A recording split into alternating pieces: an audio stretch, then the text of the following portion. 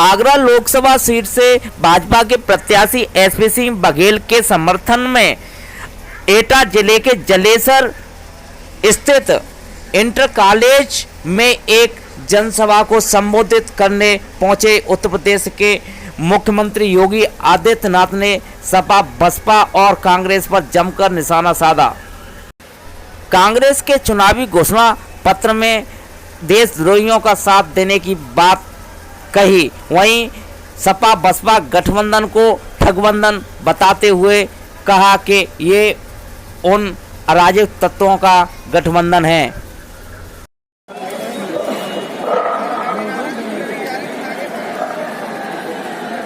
कार्यक्रम की अध्यक्षता कर रहे आपके अध्यक्ष महोदय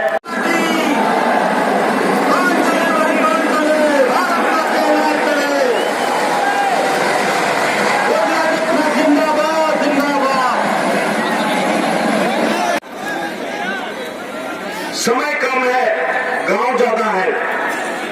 जैसे आपको याद है, मैं सबसे कम जिस गांव में यहां पर आया था उसमें 5 बार चक्कर लगाता हूं, क्योंकि मैं 5 गांव का दौरा रोज करता था। मैं आपसे वादा करता हूं, चुनाव में दिन कम है, मुझे अगल बगल की सीटों पर भी जाना पड़ रहा है। इसलिए खाली मेरा जीतना जरूरी नहीं है, हमारे सभी सांसदों को जीतना जरूरी है, तभी मोदी जी प्रधानमंत्री बनेंगे।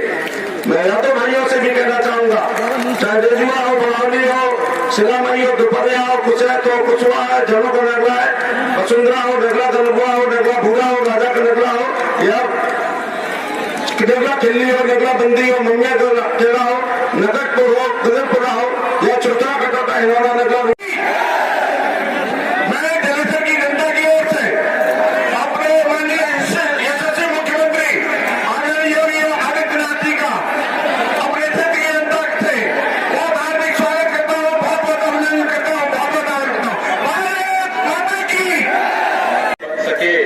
इसके लिए वह क्या कर सकता है, इस योजना में वह व्यक्ति पूरी तन्मयता के साथ लगा है।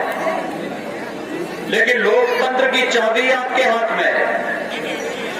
अगर सबके मन में एक बात है तो भाइयों बहनों, कमल चुनाव चिन्ह पर पड़ने वाला एक एक वोट मोदी जी को ही पड़ने वाला वोट है, और इसलिए मोदी जी को वोट देना है। प्रधानमंत्री के रूप में आप देखना चाहते हैं तो कमल चुनाव चिन्ह पर वोट दे दीजिए। भारतीय जनता पार्टी के विजयी प्रत्याशी मोदी जी को फिर से प्रधानमंत्री बना देंगे, इसमें कोई संदेह नहीं है। मैं प्रातः काल से ही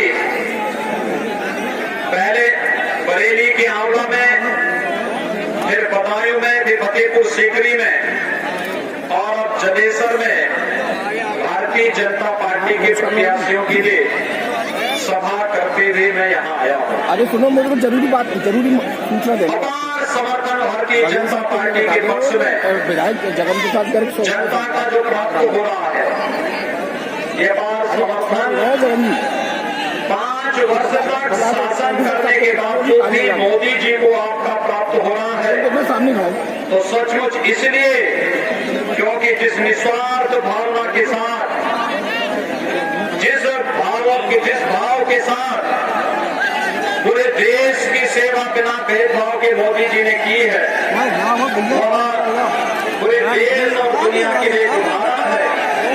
और ये कार्यक्रम की शुरुआत ही तब से प्रारंभ हुई थी जब प्रधानमंत्री पद का शपथ लेने के बाद मोदी जी ने एक बात कही थी, और बात को बिना भेदभाव के इस देश में गांव, गरीब, किसान, नौजवान, महिलाएं सब तक पहुंचाने का कार्य करेगी।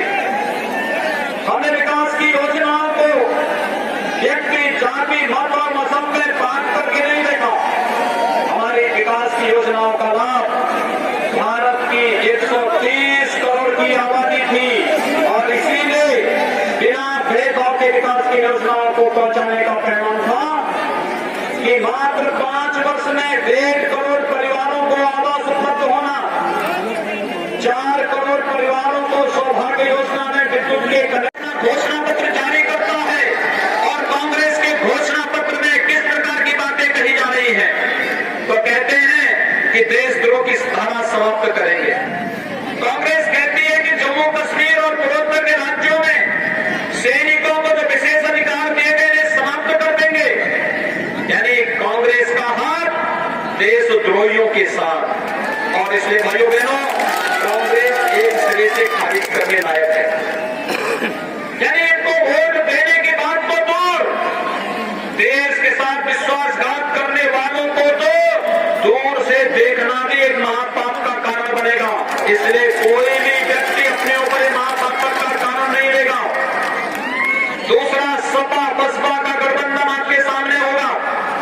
आप सब जानते हैं सपा बसपा का एक गठबंधन भ्रष्टाचार का गठबंधन है, अराजकता का गठबंधन है, गुंडागर्दी का गठबंधन है, प्रदेश की सुरक्षा में सेंध लगाने वाला गठबंधन है। इस गठबंधन की कोई दिशा नहीं। ये गठबंधन केवल स्वार्थों पर आधारित है। ये गठबंधन केवल अस्थिरता पैदा करने वाला गठबंधन है। जब इसकी कोई सोच नहीं, समाजवादी पार्टी मुझे आत्मा योजना में एक रसोई गैस का कनेक्शन मिल जाना, 9.5 करोड़ परिवारों को एक शौचालय उपलब्ध हो जाना, 12.5 करोड़ परिवारों को, लघु और सीमांत किसानों को 6,000 रुपए सालाना प्रधानमंत्री किसान सम्मान निधि का पैसा मिल जाना, 15 करोड़ नौजवानों को प्रधानमंत्री मुद्रा योजना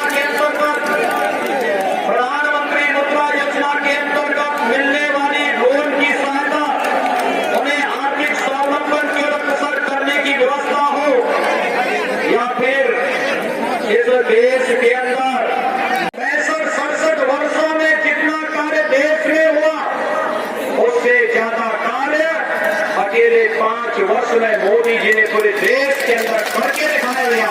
और यही परिणाम है कि विकास के प्रति आस्थावान लोगों ने मोदी जी को अपना समर्थन दिया।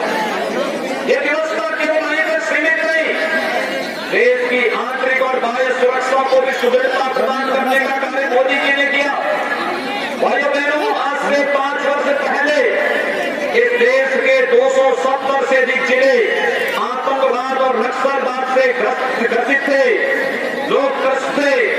वहां पर आए दिन निर्दोष लोगों की हत्याएं होती थी, सुरक्षा बलों के जवानों पर हमले होते थे। लेकिन विगत 5 वर्ष के दौरान आतंकवाद, नक्सलवाद और उग्रवाद के खिलाफ जीरो टॉलरेंस की नीति का परिणाम है आतंकवाद अब देश के अंदर 270 जिलों में नहीं बल्कि 5 से 6 जिलों तक सीमित होकर के रह गया है। बाह्य सुरक्षा के मोर्चे पर जो जोरदार कार्य हुआ आपने देखा होगा। कभी चीन 5 वर्ष पहले तक भारत की सीमा में घुसकर के उपद्रव करता था, पाकिस्तान हमारे सैनिकों के सिर काट करके लेके चला जाता था, पूरा देश शर्मिंदगी महसूस करता था। लेकिन भारत के तत्कालीन कांग्रेस नेतृत्व की यूपीए सरकार के कामों में छू नहीं रहता था।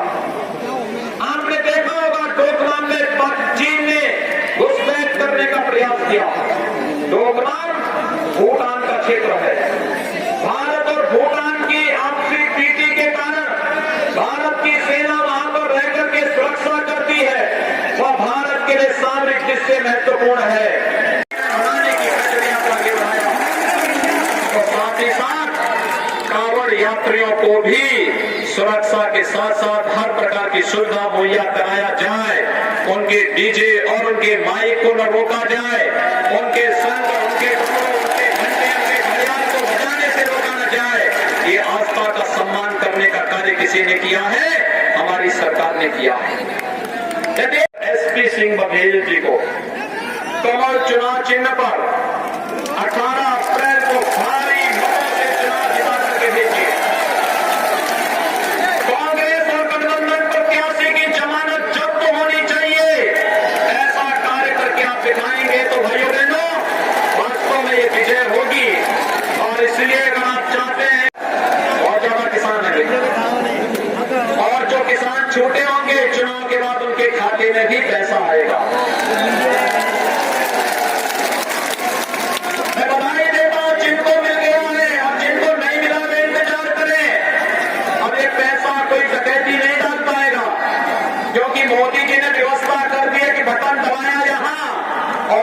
गया वहां आपके खाते में।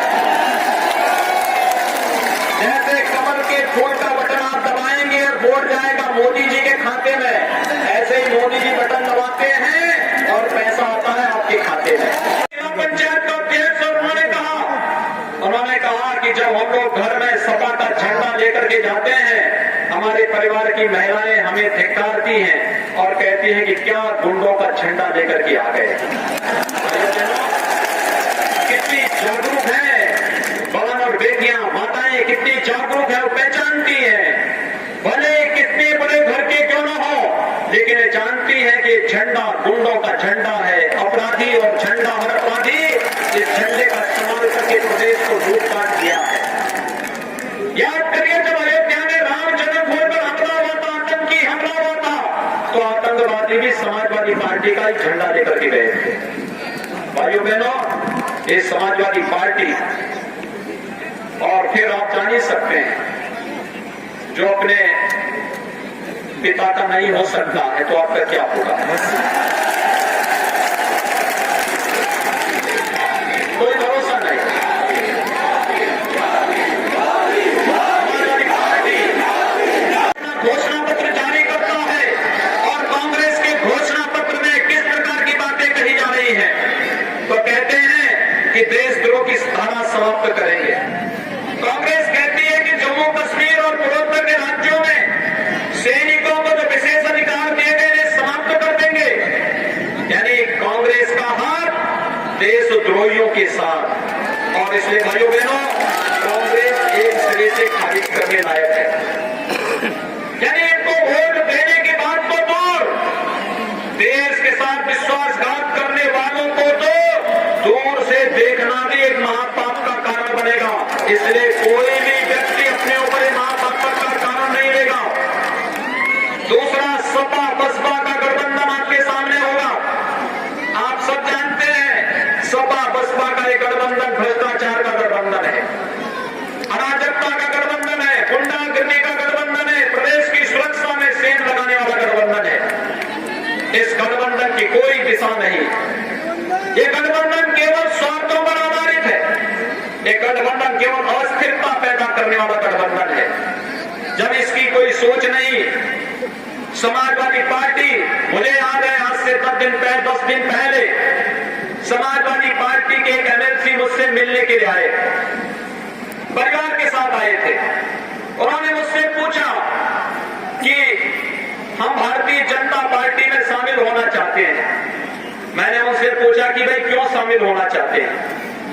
उन्होंने कहा कि मैं अब इसलिए शामिल होना चाहता हूं क्योंकि अब तो हमारे यहाँ टिकट वितरित हो चुका है, लेकिन मैं इसलिए शामिल होना चाहता हूं जिससे देश की सेवा कर सकूं। मैंने 6 बार विधायक रहा हूं, 2 बार मंत्री रहा हूं, इस समय एमएलसी हूं, लेकिन देश की सेवा करके अब मैं भी भारतीय जनता पार्टी का हिस्सा बनकर के भारतीय जनता पार्टी को समर्थन करना चाहता हूं।